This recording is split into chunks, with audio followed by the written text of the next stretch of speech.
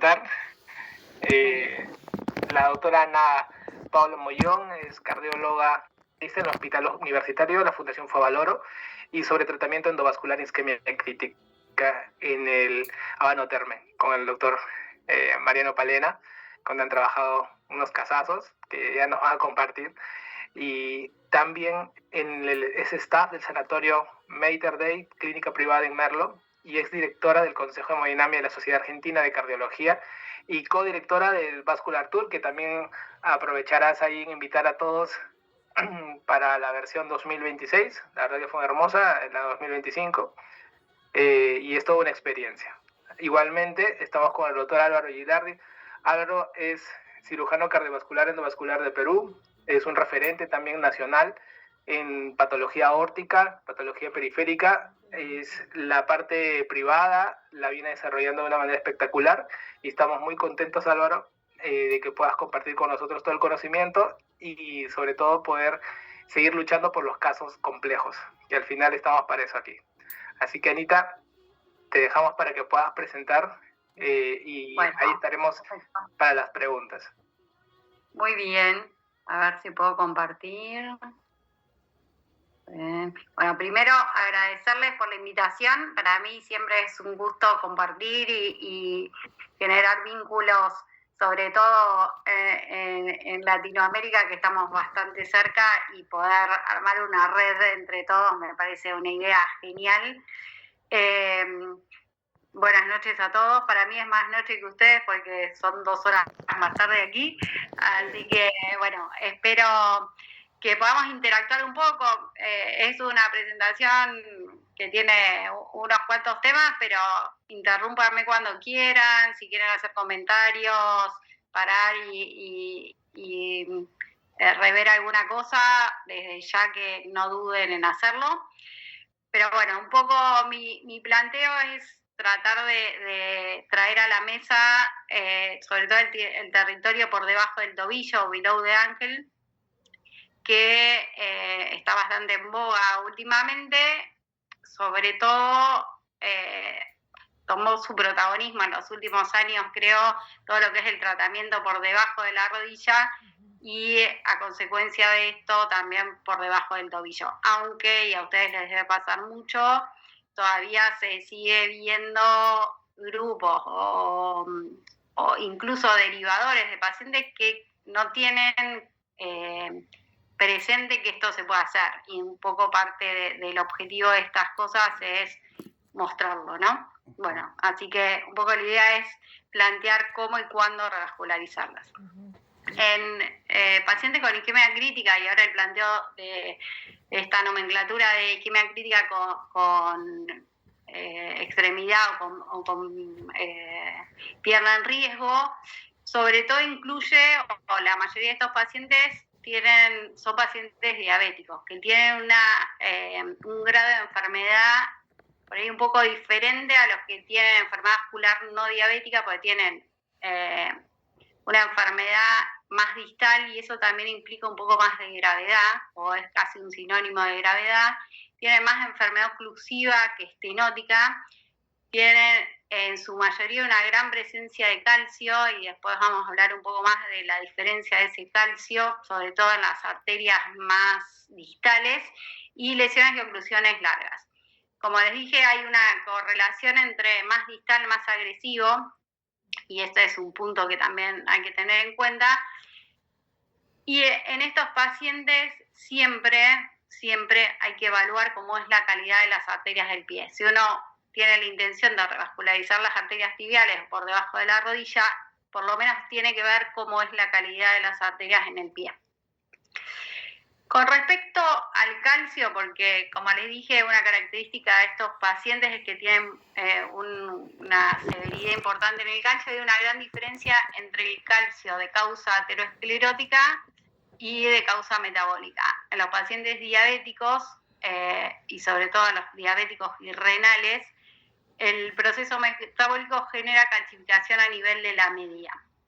Y esto a su vez va a provocar hace que el vaso se convierta como en un tubo rígido, pierda compliance, y eso sobre todo en un trabajo presentado por O'Neill en el 2015, lo que planteó es que esta calcificación de la media aparte aumentaba la posibilidad o la causa de que se taparan estas arterias era muchas veces trombo y muchas veces engrosamiento intimal. Con este mismo planteo, este año en el CLIC y en el LINC, Roberto Ferraresi, que para mí tiene una mente privilegiada, siempre está un paso más que el resto, planteó un trabajo nuevo con 26 pacientes que tomaron muestras de distintas partes de la arteria, distintos territorios, creo que fueron 300 muestras, y lo que vieron es que en la isquemia crítica evaluaron cuál era el rol de la arteriosclerosis, qué rol jugaba la calcificación de la media y este engrosamiento de la íntima como factor oclusor de la arteria.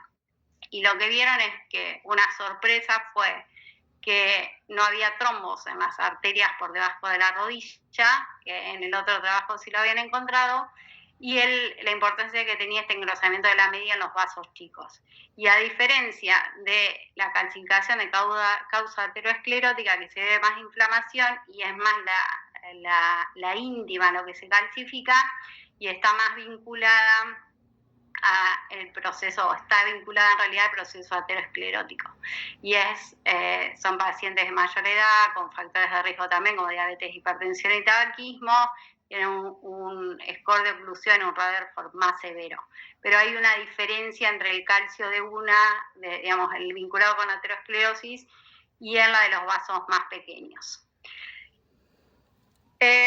Con respecto a las arterias por debajo del tobillo, las arterias del pie, como les dije, ha aumentado la atención que se le ha dado o ha aumentado la revascularización por debajo del tobillo, pero por debajo de la rodilla, pero a raíz de eso se empezó a plantear o se le empezó a dar un lugar más importante a las arterias por debajo del tobillo, a las arterias del pie. ¿Por qué? Porque si uno abre una arteria tibial y no tiene un vaso de salida en el pie, esa puede ser técnicamente un procedimiento exitoso, pero clínicamente la evolución de esa angioplasia o esa revascularización no va a ser buena porque probablemente la arteria se tape rápidamente porque no tiene un vaso de salida y además probablemente no logremos un flujo a la herida si es un paciente con una isquemia con una lesión trófica. Y otro punto importante, un punto para mí de inflexión, tanto en below the knee como en below the ankle, para poder cruzar es la posibilidad de hacer los accesos retrógrados o accesos distales, ya sea punzando la arteria distalmente o poner un lupo a través del arco. Pero para poder hacer, obviamente, una angioplastia del pie, primero hay que hacer un buen diagnóstico del pie. Si uno no sabe lo que tiene, no va a saber elegir la estrategia para una mejor revascularización. Es casi una condición sine qua non en un paciente que tiene una lesión trófica hacer por lo menos 2 proyecciones, una lateral y una anteroposterior, para interpretar sobre todo la anatomía del pie. Y estas 2 son fundamentales para, por lo menos, no solo plantearse hacer la angioplastia por debajo del tobillo, sino un paciente con isquemia crítica, las angiografías del pie deberían estar siempre. Hay una conexión entre la circulación anterior y la circulación posterior. La principal, y que la conocen seguramente todas, es a través del arco, que conecta la arteria pedia con la arteria plantar a través del arco que dan las arterias metatarsales. Pero además hay otra conexión que muchas veces nos sirve incluso para conectar o hacer a través de colaterales, que es el arco profundo. El arco profundo une la arteria tarsal, que es rama de la arteria pedia, con la arteria plantar medial. Y esta es otra conexión de las 2 circulaciones, la posterior y la anterior. Y es una alternativa muchas veces para hacer una revascularización del pie o en pacientes que tienen una amputación que les compromete el arco, o pacientes que tienen una anatomía diferente del arco o un arco no conectado por una variación anatómica. Acá lo que puse, no sé si se ve, pero es la evaluación por PAT, que es motivo seguramente de otra charla, pero es una herramienta muy importante para ver el tiempo de aceleración, tanto en la plantar como en la pedia, que nos sirve para determinar si lo que hicimos fue suficiente o incluso para seguimiento. Uno de los planteos de PAC puede ser que todavía no esté validada, pero yo creo que es una gran herramienta para utilizar. El planteo del pie básicamente es porque si un paciente tiene compromiso del pie a este nivel, el primer paciente es un paciente que tiene más chance de revascularización, mientras que el segundo, que tiene lateral y anteroposterior, fíjense que casi es un pie desértico, tiene ausencia total del arco, y en estos pacientes con esta severidad, este compromiso distal per se, ya tiene una tasa mayor o mayor riesgo de amputación que uno que tiene por lo menos el arco permeable. O sea que ya es un factor saber cómo está el pie es un factor independiente para la evolución del paciente. Y desde ya lo mismo que les decía, intentar revascularizar. Si logramos abrir esta tibial posterior, pero no tiene vasos de salida acá, probablemente al paciente le vaya mal, y probablemente si logramos abrir la tibial y logramos abrir una plantar para que tenga un vaso de salida, y ni hablar si conectamos el arco, a este paciente le va a ir mucho mejor. En este caso, fíjense que tenemos algo de plantares. La medida de la plantar, este paciente probablemente el éxito de no sé cuántos intervencionistas hay, pero un buen tip, sobre todo cuando el arco está muy enfermo, es saber dónde empieza. Hay muchas variaciones anatómicas, pero en líneas generales las conexiones del arco con la pedia y con la plantar son a nivel del primer espacio interóseo y del tercero. Entonces uno sabiendo dónde está, le puede resultar más fácil ir a buscarlo, sobre todo cuando está muy enfermo. Esto es para tratar de que tomemos un poco de conciencia de los pacientes con isquemia crítica, cómo están afectados los territorios. Y fíjense, este es un trabajo del grupo de Ferraresi y del grupo de Marco Manzi y Mariano Palena en Italia, son los dos italianos. Y de más de 1.700 pacientes con isquemia crítica, se encontraron que nada más que el 50%, digamos, de todo, que se plantea como un número medio, digamos, tiene enfermedad femoropóplitea, y el 95% tiene enfermedad por debajo de la rodilla y el 85% en el pie. Y fíjense que estos de 1.700 pacientes, el 80% tiene enfermedad de 2 y 3 vasos a nivel de las arterias por debajo de la rodilla. Mientras que en el pie, el 100% tiene enfermedad de 2 o 3 vasos y una cuarta parte, el 26% tiene enfermedad del arco. Por lo tanto, el compromiso de las arterias distales en estos pacientes es muy importante. Las arterias del pie, creo que ya las nombré todas, pero para repasar, son las grandes arterias en el pie, son la pedia, el arco y las dos plantares. Y un poco para ver qué bolilla se le da al pie en dos estudios muy controversiales o controvertidos entre ellos de isquemia crítica, como es el BELS y el BASIL 2. Uno de los planteos para mí es que se trata muy poco territorio below the knee, y del below the ankle o por debajo del pie ni siquiera se plantea. Y algo que me parece un poco más grave es que en las Global Guidelines ni siquiera se habla del pie y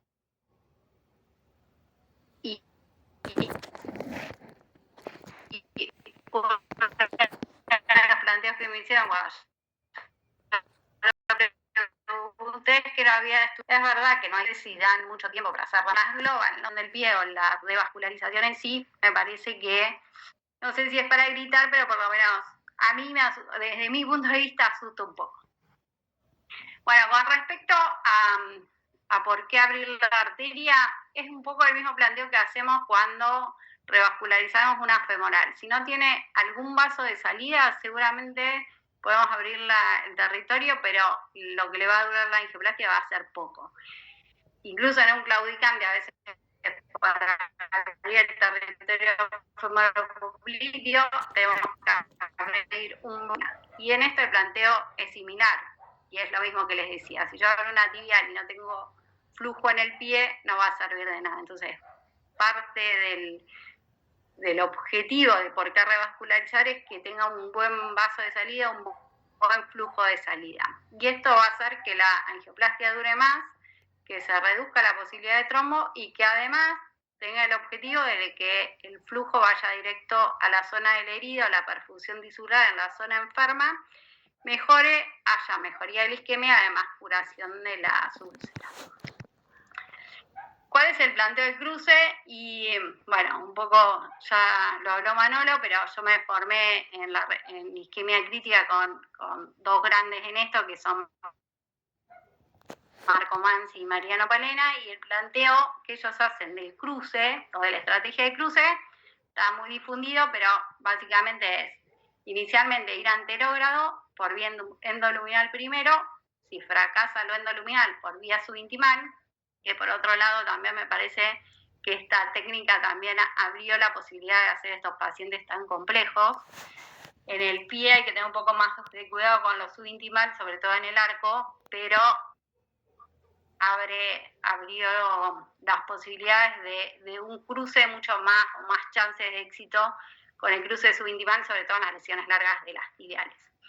Si uno no puede conectar, ya sea vía endoluminal o vía subintimal, el acceso retrógrado lo facilita mucho, ya sea por punción retrógrada distal o a través del loop plantar o a través de colaterales como les planteé del arco profundo. Pero básicamente el acceso a la punción retrógrada también nos facilita mucho. Como les decía, que no es cierto, este es un estudio randomizado, no es que no hay estudios randomizados, la revascularización a nivel de las tibiales exclusivamente o tibiales más arterias en el pie. En este estudio era específicamente la pedia. Y lo que mostró, esperen que voy a correr esto, lo que mostró es que cuando se hacía combinado, la tasa de éxito pasó del 84%, en realidad del 65% al 84% cuando se combinaba los dos territorios. Y esto no solo aumentó la tasa de éxito, sino que disminuyó a la mitad la tasa de amputaciones. Redujo el tiempo, aumentó la tasa de curaciones y redujo el tiempo de curaciones de las úlceras.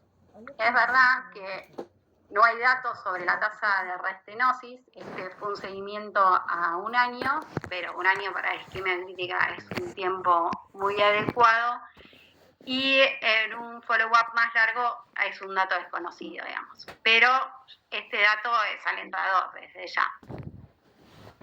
A ver si me deja cambiar aquí. Con respecto al arco en sí, también hay muchos trabajos que hablan específicamente del arco, porque como les dije, que tenga enfermedad en el pie y a nivel del arco es un factor que va a influir en la evolución del paciente. Que tenga el arco completo, el arco incompleto o ausencia total del arco. Hay varios trabajos, incluso con revascularización endovascular o con bypass, que el arco, como es el resultado del arco, influye incluso en la sobrevida y en la tasa de amputación. Fíjense que cuando se logra un arco completo, la cicatrización va a ser mayor al 80% de las lesiones, con un tiempo más corto, con el tiempo más corto que es alrededor de 3 meses. Cuando el arco está incompleto, casi el 60% cura, pero con un tiempo de curación de casi 5 meses. Mientras que cuando está ausente, la cicatrización completa es menos del 30% y el tiempo es mucho más largo. Por lo tanto, el arco va a influir, obviamente que un paciente que no cicatriza probablemente va a tener mayor riesgo de amputación. Con respecto al concepto de angiosoma, que se ha modificado un poco, pero para ponerlo sobre la mesa, rápidamente está basado en la cirugía plástica y lo que hace es dividir al pie en 6 angiosomas distintos o 6 zonas distintas que están irrigadas por una arteria distinta. Entonces, según el lugar o el angiosoma que está afectado por la úlcera, uno elige esa arteria para revascularizar. Pero no me deja correr. Perdón, no sé por qué. Ahí. Rápidamente, la circulación anterior está basada en la tibial anterior y en la pedia. La circulación posterior por la arteria tibial posterior, que en el pie se divide en dos por las plantares, y a nivel lateral del tobillo por la interósea o la peronea. Fue muy controversial, muchos trabajos, muchos reviews sobre angiosoma.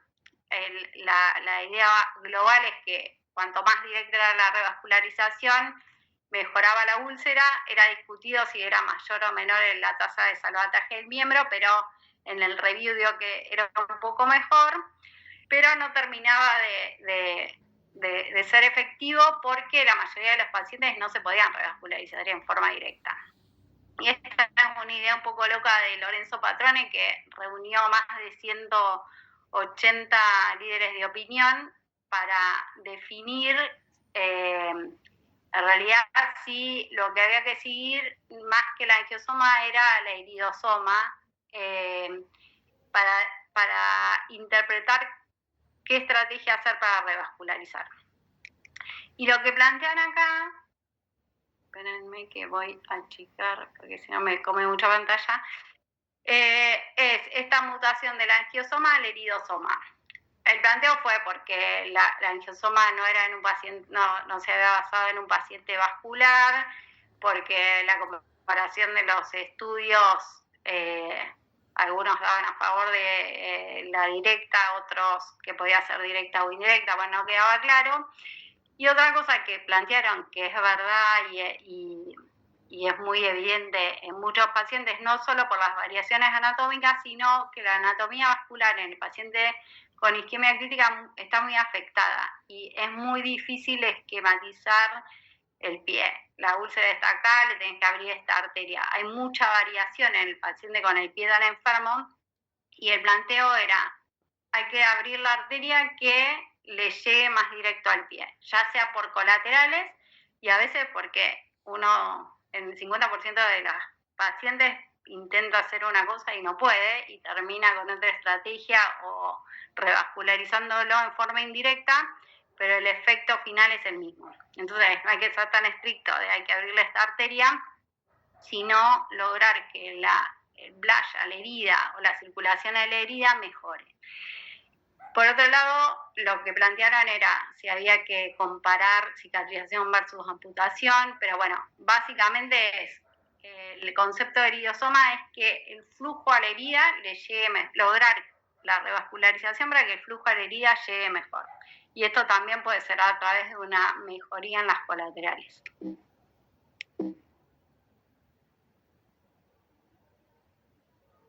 Bueno, básicamente algunos puntos de los artículos es no establecer por angiosoma, por la arteria que marca el angiosoma, sino por la arteria, por las colaterales que le lleguen mejor a la herida. La perfusión de la herida es como el objetivo, lo fundamental de cómo uno plantea la revascularización, y muchas veces es a través de colaterales. Fíjense, este caso para mí es muy claro.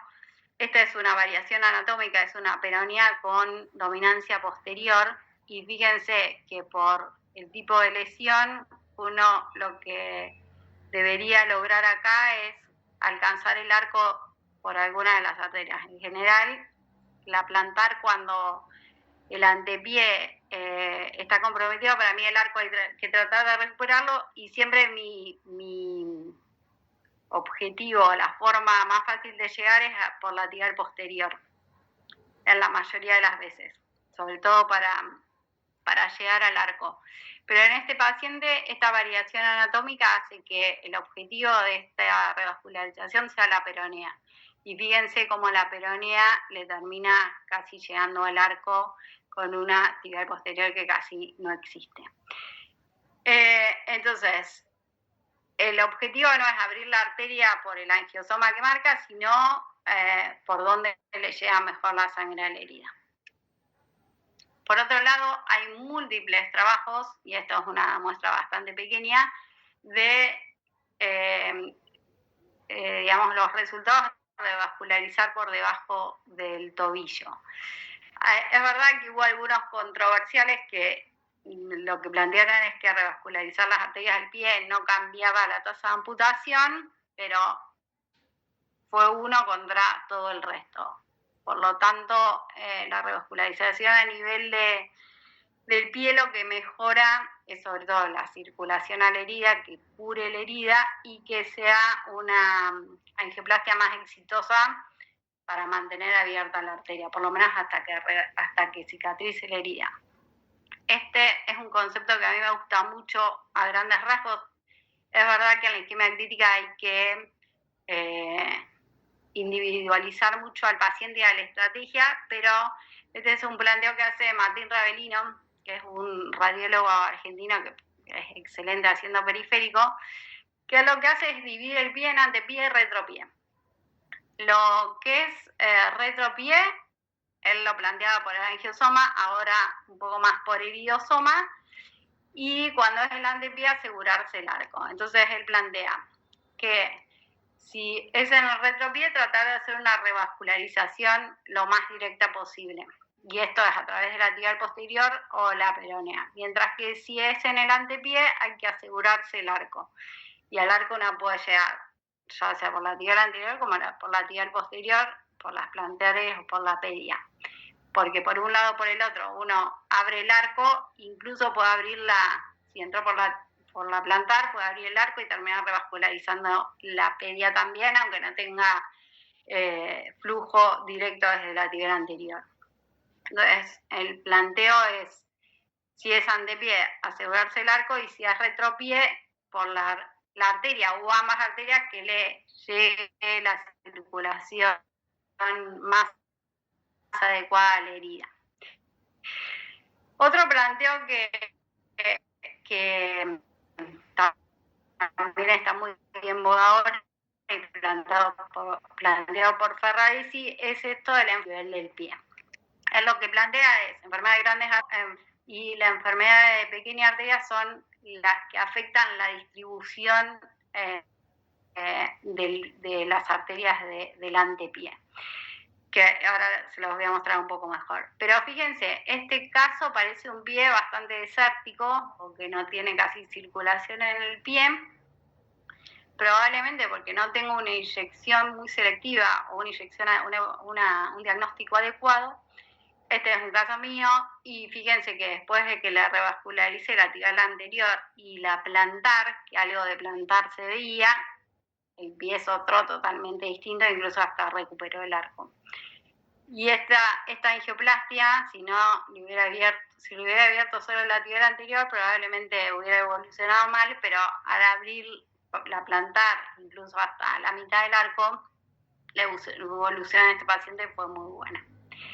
El planteo de la enfermedad de pequeña arteria, Ferraresi lo que vincula esta enfermedad de pequeña arteria a la isquemia crítica asociada a diabetes y sobre todo a pacientes que dializan, ¿no?, con enfermedad renal. Y lo que él dice es que esta enfermedad de pequeña arteria afecta o genera una falla en el sistema de distribución del pie. Entonces, el planteo de él es que hacer una revascularización estándar, ya sea endovascular o quirúrgica en estos pacientes, va a fallar o no va a dar buenos resultados. Y con esta idea, o lo que plantearon él junto con Miguel Montero y un grupo más grande, es evaluar la calcificación de la media en estos pacientes, que la llaman MAC. Lo que dicen es que en below the knee, below the ankle, MAC se asocia con isquemia crítica, con úlceras, gangrena y mayor riesgo de amputación, que tiene alta prevalencia tanto en las tibiales como en el arco, y que las metatarsales, al tener esta calcificación, afecta al sistema de distribución porque tienen un flujo restringido en el pie, pierden la compliance del vaso. Ellos hicieron un score que le dieron puntaje según el largo de la calcificación y la zona de la calcificación, y que cuando tenía un score entre 4 y 5 era un MAC severo, SAT más MAC severo. El planteo de ellos es no revascularizar. Hacer un planteo es la arterialización o la amputación. A mi modo de ver, creo que antes de arterializar hay que tenés que haber fallado en tratar de revascularizar, y directamente amputación, yo no estoy muy de acuerdo con eso, porque hay pacientes que uno cree que tiene enfermedad de pequeña arteria, después tiene como una hibernación ese pie, y al mejorar el flujo mejora todo el escenario del pie. Yo creo que para determinar hacer una arterialización, primero hay que probar y haber fracasado una vez, incluso 2 veces, y después recién ahí intentar arterializar. Volviendo un poco al trabajo que presentó Ferradici este año, que sacaron muestras de todas estas zonas en pacientes que se amputaron, y lo que encontraron en estas 300 muestras fue que la causa de la oclusión, exclusivamente aterosclerosis, era en menos del 20%, que tenían calcificación de la media alrededor del 70% y que tenían este engrosamiento de la íntima en más del 80%.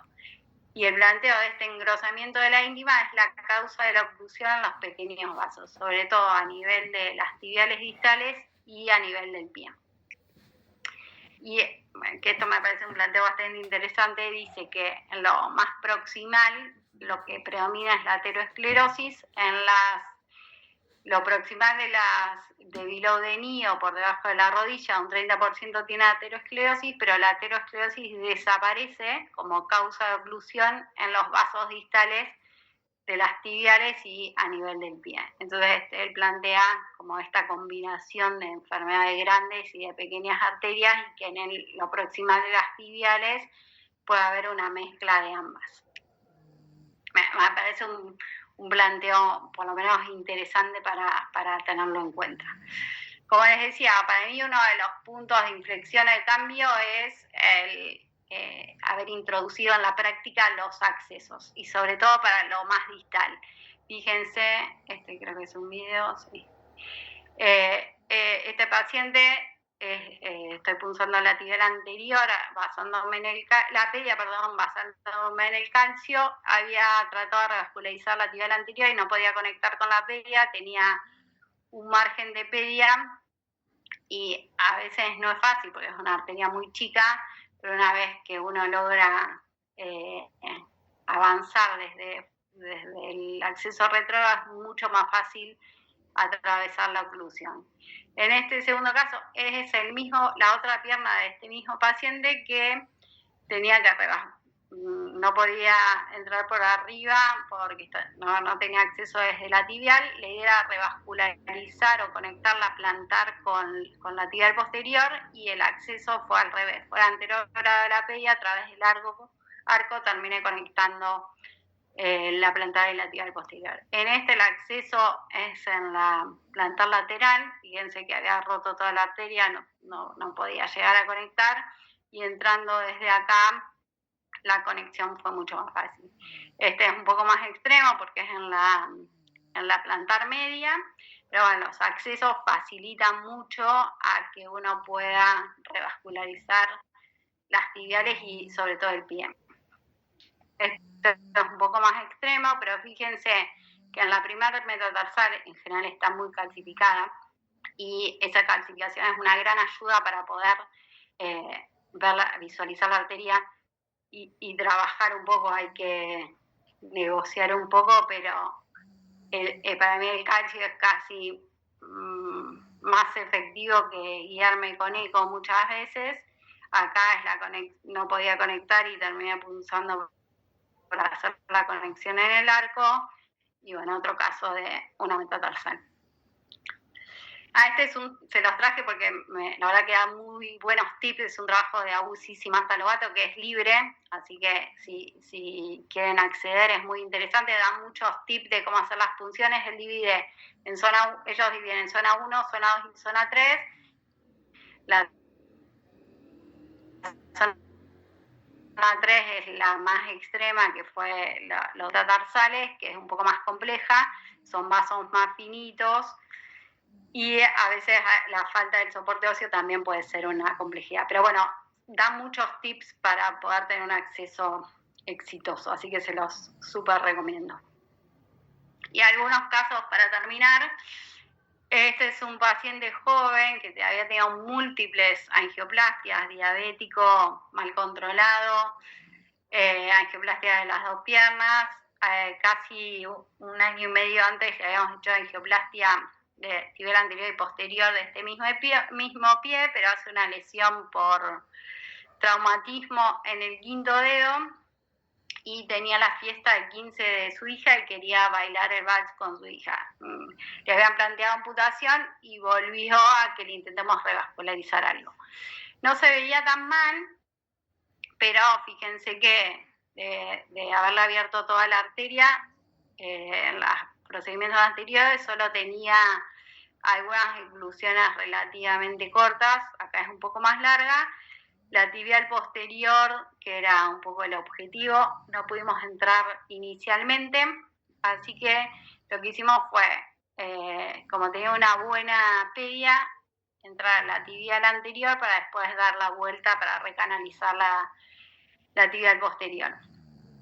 Acá, este es video, pudimos entrar en luz. Fíjense que a la parte que estaba permeable la pedia pudimos entrar sin demasiado problema. Entramos subintimal, pero reentramos en luz a nivel de la pedia, dimos la vuelta en el arco y fíjense que estaba todo enfermo y nos metíamos en la plantar medial.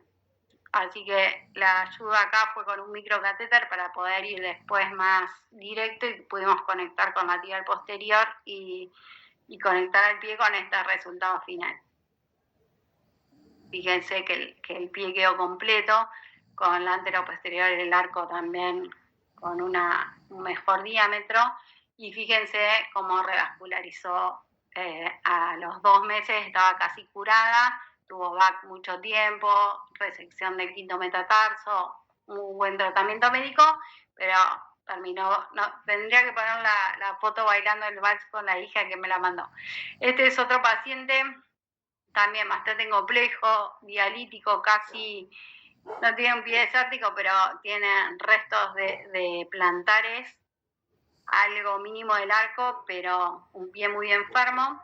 En el planteo fue revascularizar la tibial posterior y fíjense que no podía terminar de entrar en la plantar, que tenía no podía conectar con el arco y terminé en vena.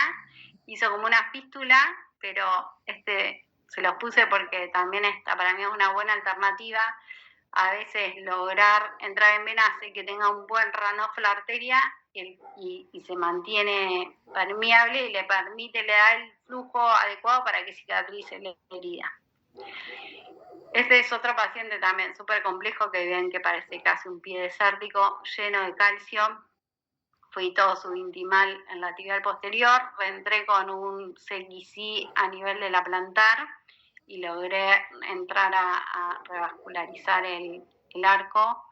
Y fíjense que este es un arco que recupera casi toda la pedia y la circulación el acceso, digamos, hasta la pedia es en forma indirecta, pero el arco se recupera y el blush a nivel de la herida es muy bueno.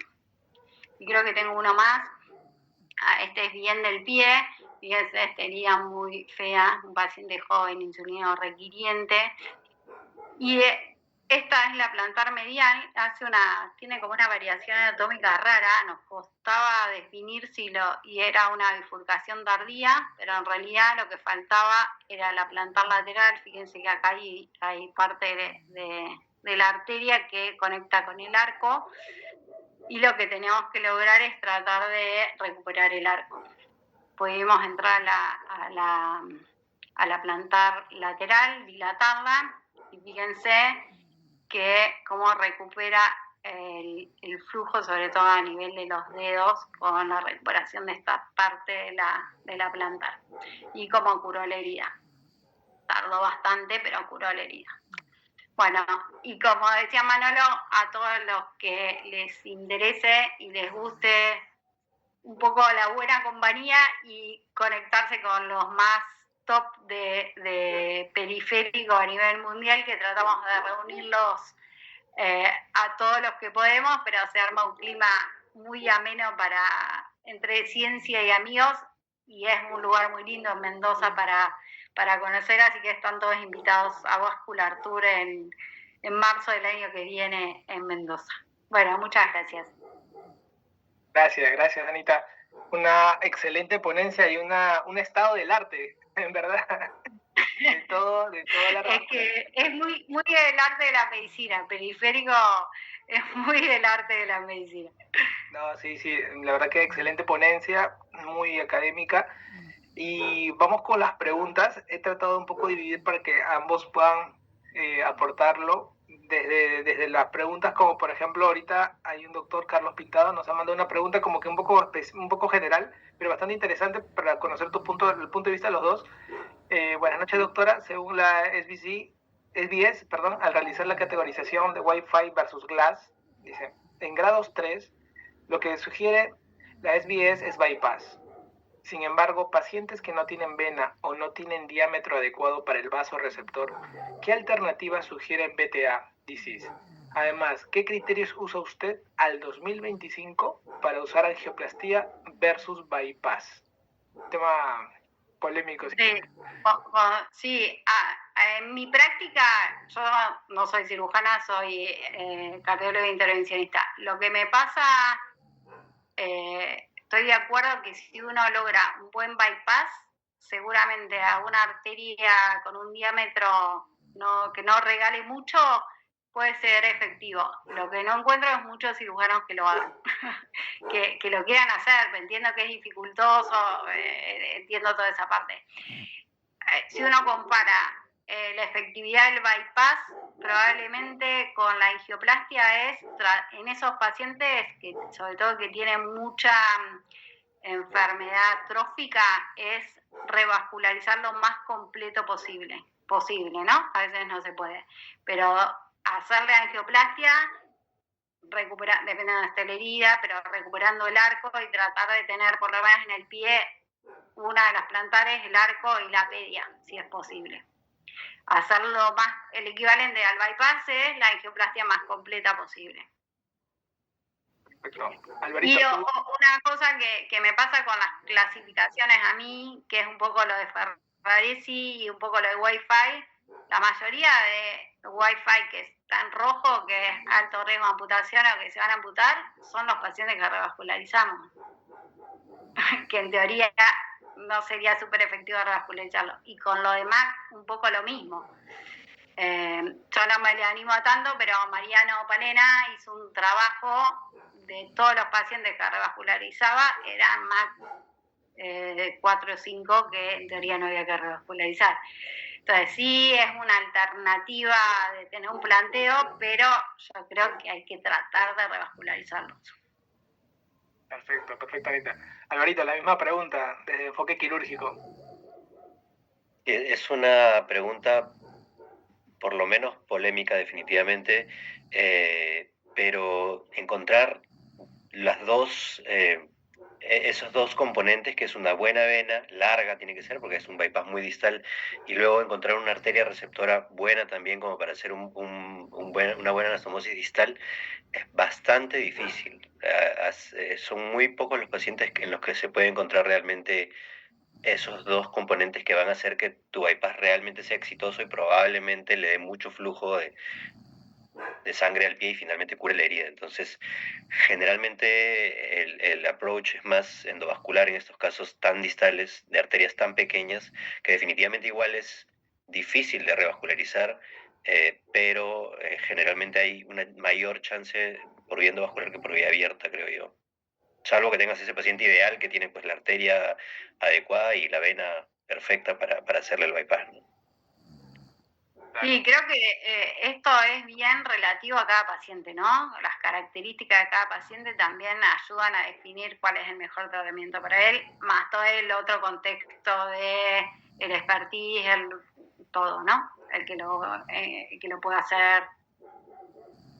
Con respecto al día a día, por ejemplo, si bien los estudios en revascularización, BTK y BTA, tienen una ligera mejora en la disminución de la tasa de amputación en la mayoría de estudios, en la práctica, como parte ya de su arsenal de estrategias, de acuerdo, por ejemplo, de 10 pacientes, ¿cuántos terminan haciendo un arco completo, por ejemplo? ¿Cuántos terminan trabajando más el BTA en su día a día, por ejemplo?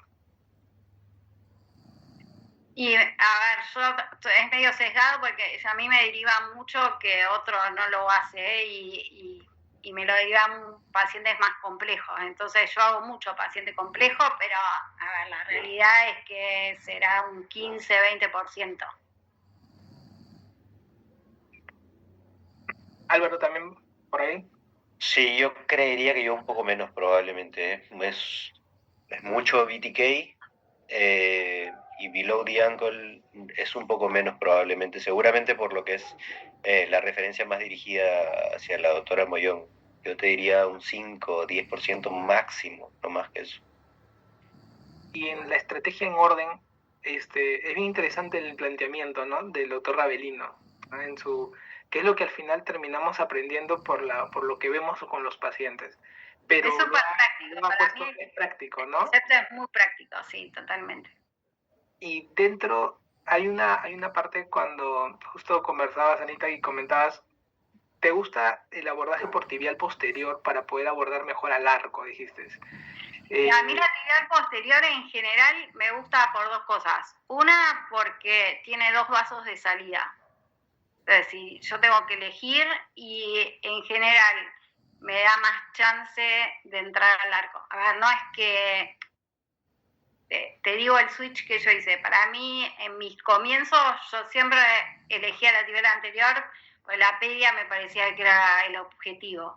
Pero a medida que empecé a conocer un poco más, creo que la base de que se mantenga abierta la tibial posterior tiene más chance que la tibial anterior. Depende de la dominancia de un montón de factores, pero el acceso al arco probablemente, si no puedo por la tibial posterior, voy a ir por la tibial anterior, pero también tengo más conexiones de transcolaterales, digamos. Me parece que da más chance, por llamarlo de alguna forma.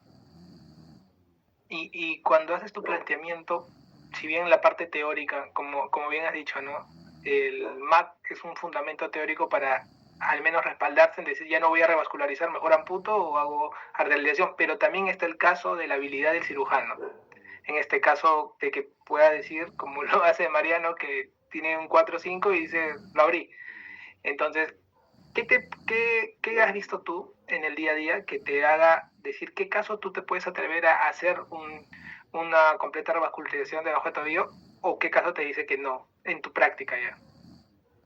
Y mucho el paciente joven, como este que mostré primero, o otro, sobre todo los diabéticos tipo 1, que en general vienen más jóvenes, trato de ofrecerle lo máximo que pueda y para que le dure lo más que pueda. Ahora, un paciente de 90 años que tiene una úlcera pequeña y que el tema es que no se infecte, que cura rápido, y no llenarlo de contraste. Yo uso bastante CO2, pero no olvidemos que son pacientes que tienen mucha patología encima.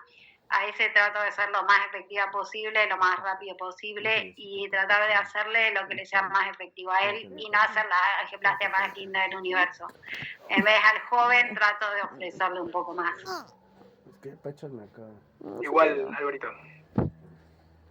Sí, eso se tiene que evaluar, yo creo, paciente a paciente, ¿no? Y al final, si bien en pacientes jóvenes lo que buscamos siempre es más patencia, el objetivo, creo yo, generalmente en los pacientes es el salvataje, ¿no? Entonces, más que la patencia es llevarle flujo directo a la herida, un flujo directo al pie, tratar de llegar al arco si es que fuera necesario porque está la lesión en antepié y eso, ¿no? Sanar la herida finalmente, ¿no? Definitivamente si yo tengo un paciente mucho más independiente, que tiene muchos más años de vida por delante, trato de hacerlo en la mejor revascularización posible, completa de ser posible, ¿no?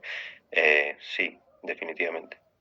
Y los tiempos de radiación, aquí hay una pregunta interesante, los tiempos de radiación. Sí, claro. Obvio, los tiempos de radiación son, cuanto más complejo es y más le intentás abrir en algo. A ver, esto también es un poco de sentido común. Uno tiene que darle al paciente el mejor tratamiento. A veces hacerle toda la revascularización, si le termina lesionando el riñón, no es negocio, por llamarlo de alguna forma. Entonces, siempre con no lastimar, no hacer daño, ¿no? Claro. Y cuidarse mucho de los rayos, obviamente. Yo uso gafas plomadas, todos los protectores que puedo, y tratar de usar lo menos posible. Las imágenes, los equipos mejores dan un poco de rayos, pero da un poco más de radiación, pero usás menos tiempo de radioscopía.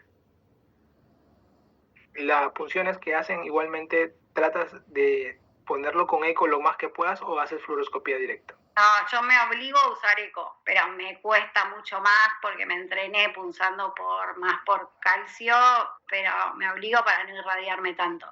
Y después el IBUS también es otra alternativa que ayuda a bajar radiación, pero todavía tiene costos muy altos. Es un tema muy interesante, el tema de los costos. En el caso del abordaje que ustedes están viendo, por ejemplo, el desafío de poder completar, hacer lo más completo que podamos y utilizar el adecuado material. Los balones con droga tienden a usarlo como parte complementaria, sí o sí, cuando hacen trabajo debajo del tobillo.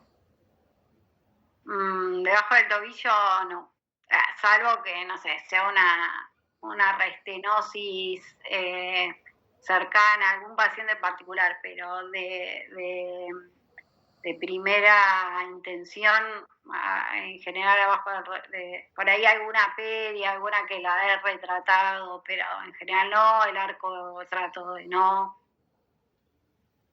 De acuerdo, yo no uso balón medicado para debajo del tobillo. Sí me parece a mí que va a ser muy interesante el trabajo con estos scaffolds absorbibles para estas lesiones tan puntuales cálcicas que finalmente terminan por malograr todo el trabajo que hacemos.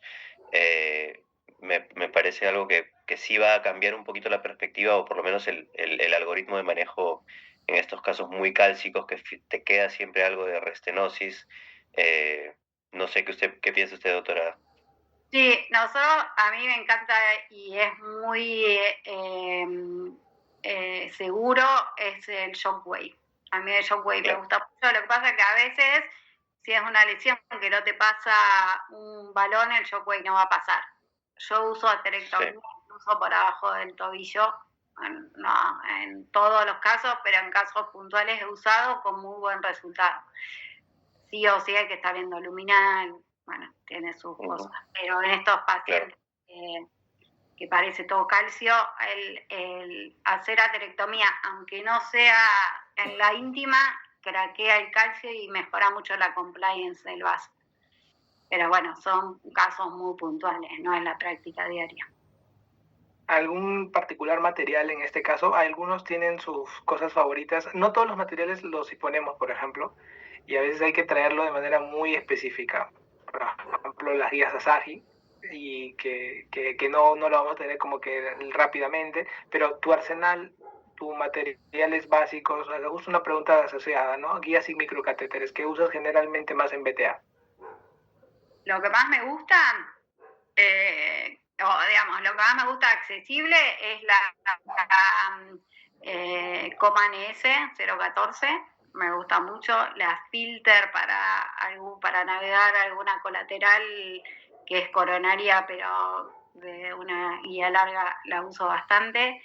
De Asahi, se me fue el nombre, que es una... ¿La Gladius? Sí, la Gladius lo he usado, pero hay una que es las primeras que tenía de periférico, bueno, ya me va a venir el nombre, pero ahora acá no la traen más en Argentina, traen la Gladius y a mí esa me gustaba más. Y no sé, B14 no uso en el pie, trato de no usar porque no me gusta para el pie, no me gusta cómo navega, pero he usado PT2, depende.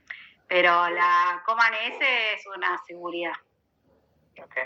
Que sí, justo. Pero sí, Asahi tiene buenas, lo que tienen Asahi muy buenas es de oclusiones totales.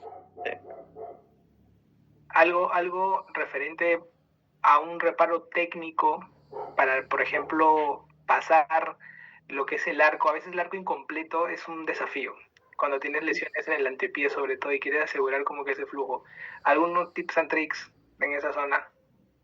Mira, una que navegue para mí es rotarla y que encuentre el camino y que pase más que ir a romper. En el arco, si se te dice que el arco puede ser una solución, pero la mayor parte de las veces es un problema, así que yo lo más amigable que pueda.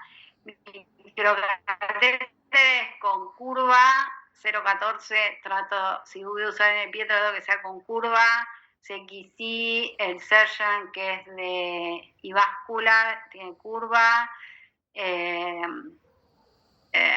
no mucho más. Y después un balón corto, siempre es un buen apoyo, un 2-0 40, da bastante soporte para poder cruzar. Respecto a la medicación, en ambos casos, para los dos, protocolos que tiendan a usar más en casos de revascularizaciones extremas, sobre todo en pie desértico, posterior a la revascularización, imaginemos que ya se ha dado de manera exitosa. Mira, para mí es un agujero negro el tratamiento médico post porque nadie tiene la información, la posta, como decimos acá. Yo al paciente diabético ahora trato de dejarlo con Rivaroxaban 2.5. Si le pongo Stern le dejo triple esquema, pero si estamos hablando de below the knee, below the ankle, en general Stern no uso, así que lo dejo con aspirina y Rivaroxaban. Pero si recanalicé toda la femoropopliche y aparte le hice below the knee, le dejo triple esquema, si puede. Si no, le dejo 3 meses aspirina clopidogrel y cuando le saco el clopidogrel le dejo Rivaroxaban 2.5 cada 12. Más aspirina. Claro, emulando o haciendo el Compass Trial. Sí, efectivamente, sí, es igual Rivaroxaban 2.5 cada 12, aspirina, y atorvastatina o estatinas a altas dosis, pues no, 80 miligramos por lo general. Hay algunos pacientes en los que cuando he puesto muchos stents, que efectivamente femoropopliteo, que yo prefiero dejarlos un mes en apixaban y luego lo cambio a rivaroxaban. No tengo un sustento técnico, pero me da la impresión de que, o sea, no me da la impresión. Sí, la verdad que los stents tienden a cerrarse mucho. Los italianos usan eso. Yo, que vengo más de la cardiología intervencionista, prefiero dejarle el clopidogrel al stent, porque por la trombosis, la ley trombosis para mí es más efectivo, pero bueno, la Pixaban tampoco hay ningún trabajo cabeza a cabeza en eso. No. Por otro lado, en el paciente diabético, ahora las guías, creo que desde el 2019, la última fue la de 2019, para pacientes con isquemia crítica, ya tiene indicación de Rivaroxaban. Sí. Pero bueno, ahí en la angioplastia, cuando es solo balón, uno lo puede homologar al sintomático, pero en el stent a mí siempre me queda eso de no le dejo clopidogrel y que se va a tapar el stent. Pero es como la sensación personal, como a vos te pasa con la pizza. Pero no hay eso, te digo, para mí no hay un consenso, ¿verdad? ¿No? Porque podemos mezclar varias cosas. En una parte, terminar colocando un stent, abajo puedes terminar haciendo una aterectomía, colocas el balón, o sea, vas a mezclar diferentes escenarios de acuerdo al paciente, eso es muy, muy personal. Y con respecto a cuando tienen los pacientes en el día a día y están en el trabajo en equipo, ¿ya? La restenosis y la angioplastía que hacen después de un procedimiento, su protocolo post-angioplastía, ¿cómo hacen el monitoreo? Por ejemplo, un tipo BTA, que es un poquito más como que la herida, vamos a estar mirándolo un poco más. ¿Cuál es una pauta de seguimiento como protocolo que manejen en el día a día? Mira, con el grupo de heridas, que yo tengo depende del lugar, pero en general está bastante armado, en algunos lugares mejor que en otros. Si la herida lo amerita, tienen casi 2 veces a la semana hasta que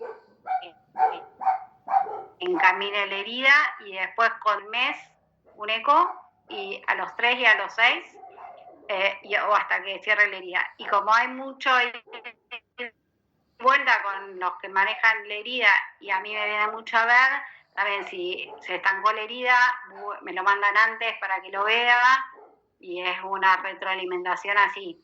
Pero son pacientes que hay que seguirlos de cerca. No se puede ir y volver a los 3 meses. Sí, de acuerdo. A las 2 semanas o al mes, la primera ecografía la hago yo también. Y luego, de acuerdo a cómo vaya cerrando la herida, cómo vaya siendo el feedback que me va va dando el curador de heridas, es que le vuelvo a plantear una ecografía Doppler, ¿no? Pero la primera ecografía después de la angioplastía, creo yo que debe ser pronto, ¿no? Entre 2 semanas y 4 semanas. En el caso del PAD, ¿lo tienden a usar como parte del seguimiento, por ejemplo, para tomar alguna decisión de reoperación?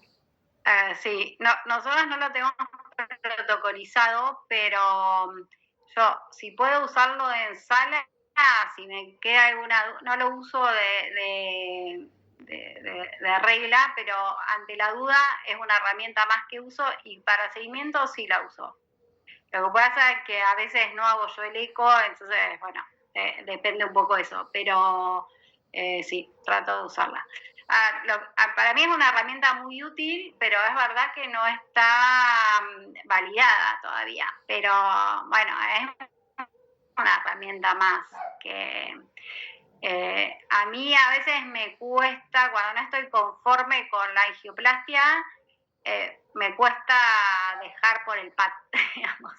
Me sirve para decir, bueno, listo, estoy bien y hasta acá y me voy conforme, pero es raro que, bueno, me dio una medición buena y no estoy conforme, es raro que por eso lo deje, digamos. Pero bueno, sí, es una herramienta más. Igual, Álvaro. Yo no uso mucho PAD, la verdad, no porque no confíe en él, de hecho sí me parece que tiene muy buenos resultados, pero todavía no lo implemento en mi práctica, la verdad. Me parece una muy buena herramienta, teóricamente al menos, pero aún me cuesta implementarlo en mi práctica. Hay mucha variación entre operador, para mí eso es el tema, entonces, qué sé yo, eso creo que es el punto más flojo, ¿no? Bueno, el eco es muy operador dependiente, pero en esto específicamente nosotros hemos probado entre 3 y todos medíamos distintos. Sí. Y acá, y alguna decisión, acá hay una pregunta también, que es lo que estábamos hablando justo, ¿no? Como que criterios o decisiones que toman en cuenta para revascularizar de manera, o seguir monitorizando, ¿qué exámenes terminan usándolos con más? En caso, estoy escuchando, en tu caso, Anita, tomas en cuenta el PAD, ahora más el eco directamente, Para la clínica es soberana, ¿no? Si la herida dejó de evolucionar bien, es una alarma. Y ahí claro, se le hace eco, pero probablemente si es muy manifiesto o empeoró o se estancó, va a terminar confirmándose con el eco, pero va a ser para revascularizarlo.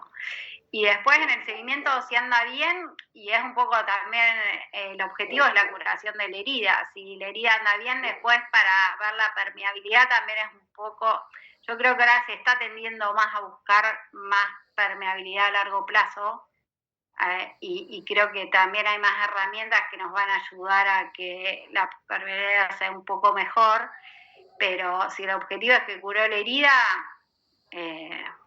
y se le tapó la arteria después que curó, no sé si a ese paciente lo voy a revascularizar, salvo alguna situación particular. No sé, Álvaro, si... Sí, definitivamente. O sea, el objetivo es claro, ¿no? Es la curación de la herida. Si la herida fue bien, pues perfecto, ¿no? Así se tape, así en mi eco control me salga que la angioplastía se tapó, bueno, ya cumplió su objetivo y simplemente hay que hacerle seguimiento a ese paciente, ¿no? Si la herida no va bien, pues entonces una eco y probablemente hay que llevarlo a angiografía para por lo menos pintarlo, ¿no? Por lo menos hacer una arteriografía a ver qué pasó y ver si le puedes ayudar un poco más. Otra cosa es el claudicante. El claudicante, por ahí uno se quiere asegurar que el paciente siga con una buena calidad de vida y si empeoran los síntomas, uno es más propenso a revascularizarlo antes de que evolucione mal, digamos. Claro. Es bien interesante y es importante compartirlo con todos, ¿no? Porque este punto de vista es, a veces el paciente está preocupado por el tema de la restenosis, ¿no? Pero ya cumple el objetivo cuando ya está la herida. Y el tema de la revascularización no es poco, es 40% al año del cierre.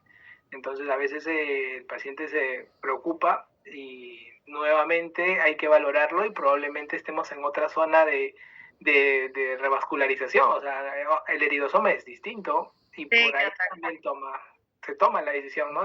Bueno, de repente te abrió una arteria y pues ahora la lesión está en otra que la había dejado y no la había completado en la primera angioplastía y terminó. No, seguro. Y mucho es educación del paciente, que no tenga traumatismos en el pie, que que no haya un tema de apoyo que esté mal.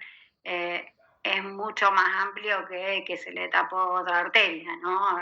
Porque siempre el traumatismo es el disparador y por ahí se estaba tapada de antes y nunca tuvo una lesión así y ahora apoya distinto y se lesiona o se lastimó porque se clavó algo que no lo sintió por el problema neuropático, ¿no? Son pacientes sumamente complejos. El diabético renal es un paciente, es un dolor de cabeza realmente. Por las lesiones que son complejas, son difíciles, pacientes generalmente difíciles que no tienen mucha conciencia de enfermedad y todo eso hace pues que finalmente la tasa de fracaso sea más alta pues, en estos pacientes.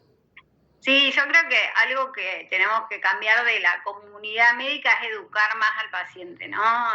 Falta mucha educación en esos pacientes, como en otras patologías, pero no deja de ser una patología crónica de parte del entrenamiento, como que tome la medicación es que se cuide los pies. Claro. Claro, es la fase terminal de una enfermedad y eso es lo que tiene que tener conciencia el paciente, ¿no? No es te abro la arteria y listo, ya se acabó. O sea, estamos ante una fase terminal de la enfermedad y por lo tanto es un paciente que puede recaer y tiene que tener seguimiento con nosotros en todo momento. Perfecto. Bueno, acá una última pregunta aquí. Nos hablan acerca del cilostazol, ¿no?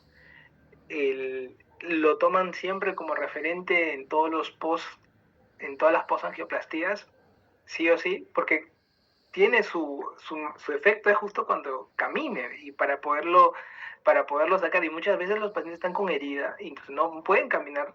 Y el tema es de que hay un bucle también ahí de toma de decisiones, ¿no? Lo toman parte siempre de sí o sí de su tratamiento o de algo depende de no tomarlo. Mira, yo he variado mucho. Yo antes le daba solo el claudicante, después lo empecé a usar en pacientes con isquemia crítica, pero también depende, a veces son pacientes polimedicados y la realidad es que cuánto le aporta el cilostazol a ese paciente que tiene la herida y no puede caminar. Me parece que no sé, yo que los veo mucho de lo cardiovascular también, están llenos de medicación por lo cardíaco, que hay un montón de cosas que los mejoran un montón, pero no deja de ser una medicación que se toma 2 veces por día. Si no la necesita, yo trato de no dársela. Y no descarto que haya que dárselo a la isquemia crítica, pero bueno, muy puntual. No es que se lo pongo a todos yo en mi práctica. Yo tampoco, yo cambié completamente a Rivaroxaban 2.5 cada 12 y a Cilostazol solo para un paciente claudicante, sí, claudicante que no es quirúrgico, sí, ahí podría dar Cilostazol porque en teoría lo que mejora es la distancia de caminata libre de dolor, ¿no? Eso es lo que se ha probado el Cilostazol que mejora, entonces estos pacientes below the knee, below the ankle, en teoría no se verían beneficiados tanto, en teoría, ¿no? Ahora hay que verlo bien después, si es que alguno que otro sí, porque muchos de ellos son multiarteriales o en múltiples segmentos, ¿no? Pero exclusivamente below the knee creería yo que no hace tanto efecto el silostazol. A ver, acá en Argentina es una medicación que es bastante económica. Europa es carísima, no la usan porque es muy cara. Acá es bastante económica, pero es un poco lo mismo que decía. Son pacientes súper polimedicados y no sé cuánto le suma en esos pacientes. Pero hay pacientes que los tengo con silostazol, pero no es la práctica diaria en estos pacientes, ¿no? Perfecto.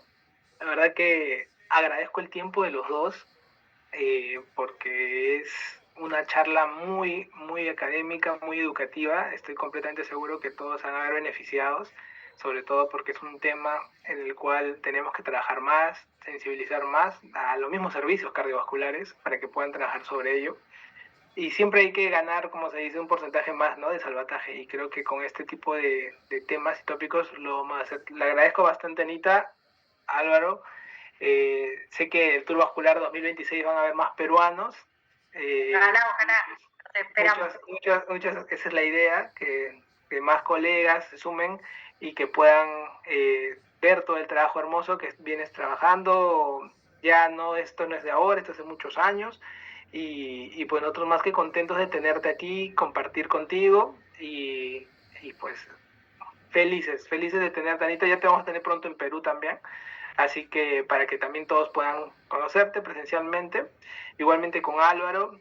También, Álvaro, muchas gracias por estar presente. Vamos a estar compartiendo también escenario con otros colegas y gustosos. No sé si algunas palabras para que despidan aquí de todos los presentes. Bueno, no, primero agradecerles yo a ustedes, la verdad es felicitarlos por la convocatoria porque ahora bajaron un poco, pero más de 140, 150 vi por ahí, así que felicitaciones porque no es fácil reunir a tanta gente. A mí un gusto, un placer, es una cosa que me encanta, así que siempre bien dispuesta a intercambiar y colaborar y tener estas charlas que son súper enriquecedoras. Así que gracias a ustedes, Álvaro, un gusto también, y gracias a los que nos acompañaron. Sí, gracias a todos, gracias Manolo por la invitación, muchas gracias doctora Mollón, de verdad, excelente charla, excelentes comentarios y bueno, excelente plática también finalmente. Gracias por la invitación Manolo y gracias por estar siempre a la vanguardia y viendo que este tema de prevenir amputaciones esté en la cabeza de todos los médicos peruanos. Te agradezco por eso. Gracias a ustedes, amigos. Y bueno, nos despedimos todos. Probablemente la charla la vamos a ver, vamos a trabajar que parte en video puedan compartirlos con todos y también más personas se vayan animando. La verdad que nos gusta. Esta es la segunda que hemos hecho. La convocatoria es bastante interesante y esa es la idea, concientizar mucho y evitar amputaciones. Les agradezco bastante a los dos, super capos y tops, y ya nos estaremos viendo pronto. Un fuerte abrazo. Muchas gracias. Chao. Gracias. Chao.